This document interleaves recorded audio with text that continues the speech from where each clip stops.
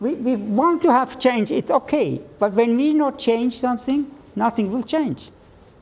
So we have to change first ourselves, that something can change. And often I think that's the biggest enemy, because we are looking, want to have change, and we hope for change, but we are not seeing that we have to start first by ourselves. I want to tell you an example from Switzerland.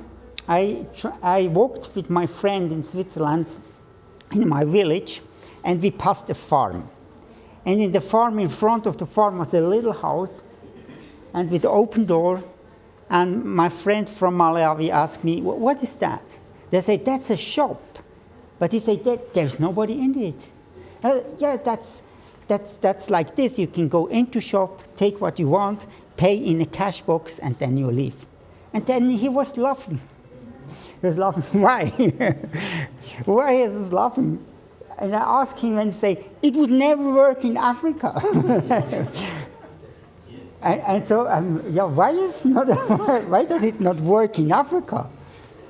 And they say, oh yeah, I know, you would go in, take it, and you would not pay for what you take. And say, no. We would go in, take what we want, and take also the cash box. Yeah, this is, but why does it work in Switzerland and not in Africa? Why, when we look to the corruption index, then Switzerland is on the top, as it means almost no corruption. When we come to Malawi, it's a bit different. It's on the bottom. But why is it like this? Probably you would say, yeah, Malawi is corrupt. Why is it corrupt? Malawi is not corrupt. It's not just Malawi is corrupt. Who is corrupt? The people. And what the people see and what the people do, they will have. So it's not corrupt because it's corrupt. And it's not poor because it's poor. See, when you look to Switzerland, we have nothing. We have nothing. We have mountains, and we have lakes, and half of the year we have snow. I mean, no really good agriculture. We have no oil, we have no gas, we have no silver, gold, all the resources. We don't have it. So according to that, Switzerland should be poor, and here we are the gold continent. The agriculture, all the resources that you have, you're rich. But why is it like it is?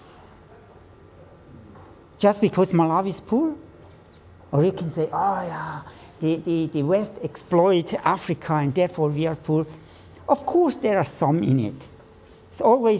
It has always two sides of a coin. Of course, but this is not the problem. It's not the real problem. The real problem is the behavior of the people are different. And why are the behavior of people are different? Some would say, okay, the Swiss are nice people. Do you think they are nicer than the Malawians? No, that's wrong. When we have this perspective, then we are wrong. It's not the case. We are evil people. Some and some less, some more. But it's not, this makes not the difference. Do you know what makes really the difference? What makes really the difference? The worldview, the thinking. The Swiss think differently than you do. It's not because we are smarter, we are better. No, but we have a long history of Christianity who changed Switzerland. 500 years ago, Geneva was a stinky, ugly, a really evil city. A lot of criminals. Nobody wants to visit Geneva. Yeah, you are agreeing with me? You know the story as well. So, but in only one generation, Geneva get transformed. And it became the most prosperous city in the world. And the people from everywhere came to Geneva and want to learn from Geneva and brought the principles from Geneva to the whole world. It was the ugliest place, the least place that you think transformation could happen, but it happened. Why? Because the people start to think differently. They start to think differently, and therefore transformation was happening.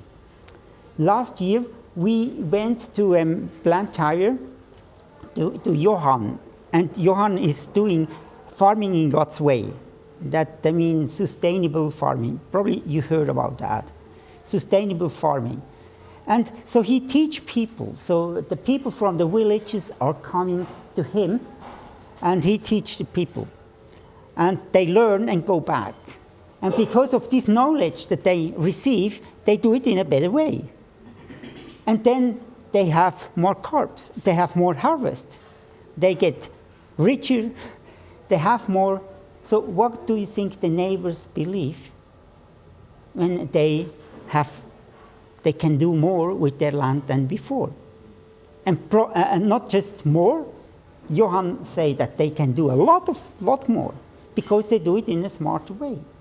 So what the neighbors think about them when suddenly they have more, they become wealthier, what do they think? What do you believe? So they're practicing witchcraft. They are practicing witchcraft. This is what Johan told. But this is a serious thing, because they do not believe that you can do it smarter. They do not believe that you can do it better, that you can become richer, that you can have more.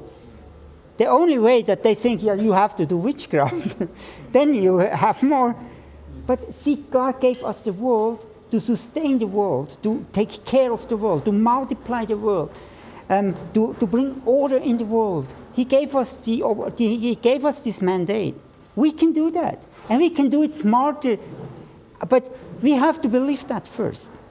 And this is a big hindrance in Malawi, is the culture. The culture who hold it back and say, it's not possible.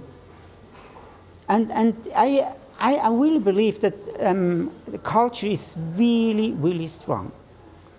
The culture is so strong. We probably don't want to know it, or we don't see it, but I tell you, culture is really strong. This will be the same in Switzerland. Markus addressed that already in the beginning. We are also very challenged in the moment, because the West losing its soul. What makes us strong and prosperous, we are losing it. We are denying it. But it's true. We are really challenged in the moment in the West. We still have a lot of Christian heritage from the past, and a lot of principles that still work, and a lot of values from Christianity, but we slowly start to denying that, and it goes in the wrong direction. As well, when we talk about family, a lot of Western countries, they are open for every kind of family. Man, wife, both together, all together, I don't know. But they have no more, they don't know what is true anymore. So don't look too much to the West. And probably the World Bank, and they want to give money and say, but you have to accept this same-sex marriage, and you have to accept gender, and they putting you in a box that you have to believe what the West believes. But this is not the change that will come. This is not. The change is coming from another part. It's coming from the Christian roots that the West once have. But we lost it. But transformation is possible. Last week I had a talk with a businessman. I mentor several businessmen. So I had a talk with a businessman, and he told me that. And this really shocked me. He said they employed somebody in their business, and they are in the team. They are in the CEO team. They are three Christians, and they employed a non-Christian in the business. And after a time, the non-Christian came to him and say, okay, I know you are Christians, but I think I have more Christian value than you have. This is transformation. But see, he received the mirror in front of him. Hey, when this is the case, that I see that you are Christian, but somebody has to tell you as non-Christian, I have more Christian value than you have, then you're really wrong. Then something has to change. And often I think the biggest problem is the church. The biggest problem is the church. The biggest problem of transformation is the church. But not only the African church. I think the problem is even behind is the Western church. See, the Western church 100 years ago lost the vision of discipling nations. You probably heard about secularism. So secularism, so now the West thinks, okay, we have biblical Christian value, they are okay, but we don't want to have God anymore. This is secularism. So the values are okay, but God, it's no more. So when you want to have God, so go to the church, worship, and build churches, and so it's okay. But when we come to politics, business, and so that has nothing to do with them. So that's the secular world that the West is strongly in the moment. And I think the church adopted that. And now the Western church, they came to Africa and built churches. And in the last 100 years, Africa became the most evangelized continent in the world. But why Christianity could not change Africa, but could change Europe? My answer is, it was not the same gospel. It was not the same gospel. This gospel that came to Africa with money, build churches, have fellowship, and go to heaven. But the gospel in the West was different 500 years ago. It was discipling nations, that the nation can become prosperous, that we have a healthy nation. So 500 years ago, there was the Reformation, happened in Europe, start in Germany, but then Geneva was one of the main places. Today, Geneva is called the birthplace of Western civilization. And Calvin, the main reformer, was called the advocate of the Old Testament. So he started to think, how can we apply the Bible in our society? And all the systems that we have, democracy and in politics, in business and education and so on, is coming from Geneva, from the idea from the Bible. It's building up. So these people had the intention, we want to build nations. We want to disciple people. And now, the West lost that. And it looks like this. Or they coming to the Middle East, to Afghanistan, to Vietnam, and to Africa, and say, here is democracy. Woof. Oh, now you have to walk in democracy. Democracy is the guarantee for freedom. That's stupid. It will not work. It will not work. It didn't work in Afghanistan, in the Middle East, and in Africa. A lot of countries became independent, but they became corrupt, and corruption and dictatorship. So why is it like this? Because democracy, the system, is not a guarantee for freedom. First, the people have to understand how freedom works, then they can develop a system, a democratical system. But because the West lost the vision of disciple people, they only can bring that, or here the system, here the system, here the system, here the money, do that. But the West put a lot of money into Africa, but it became poor, more than before. Because Africa became dependent, have to pay loans back, and so on. We didn't really develop Africa and empower you. We make you more dependent. And this, I say sorry for that. We did a bad job. But the problem was the church. Because who can disciple nations? It's the church. Jesus said his mandate to us, go to every nation and make them disciples and tell them to obey everything what I told you. This is what is our task. I heard in the introduction once about it has a strong connection, because transformation has to do with our heart. And who can transform our heart? Well, not God.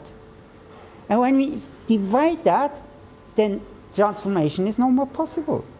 What stays, when you look now to the Ukraine or Afghanistan, So I say America lost the vision of disciple nations. What they can do, the only thing what rests for them is to fight the evil. Because they are no more able to change people, they just try to fight evil. But we have the obligation, and as Christians we know how to change hearts. Not we self, but we know how can we bring people that really hearts can be changed. And therefore, when the hearts can be changed, then all the nations can be changed. And hearts mean not just our feeling or so, hearts mean our thinking. Our whole body have to be changed. We have to understand that. The change can be possible.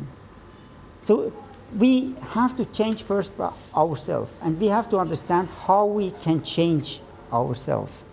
And for ending, before we go to lunch and probably then have a feedback that you can react to that, I just give you a little tool. Do you want it? A little tool how transformation is possible. Do you want it? Yes. So, and everybody of us can do that. You don't need a PhD for that. So everybody can do that. So change is only possible, I say that, when you change something. Okay, if you want to see change, then start to change something today, now, after the meeting, in the meeting, by lunch, by the discussion. Start to change something. And this change means you do something different that you did before. Or that means change. You start, and we can think, oh, politics has to change, oh, this has to change. Change started here. And it started when we start to do daily something different what we did before. Let's say I daily I take 1 minute or less or no a bit time to listen a bit more to my stuff. So you see yourself that you are so busy and never have time to really help yourself. Then a start could be, say, every day I take a bit more time than yesterday to listen to my stuff. This can be a change. It's very easy. Everybody can do that. You don't need a PhD. But I can tell you, the world will change. When you do that every day, the world will change. It will multiply, it will multiply, it will multiply.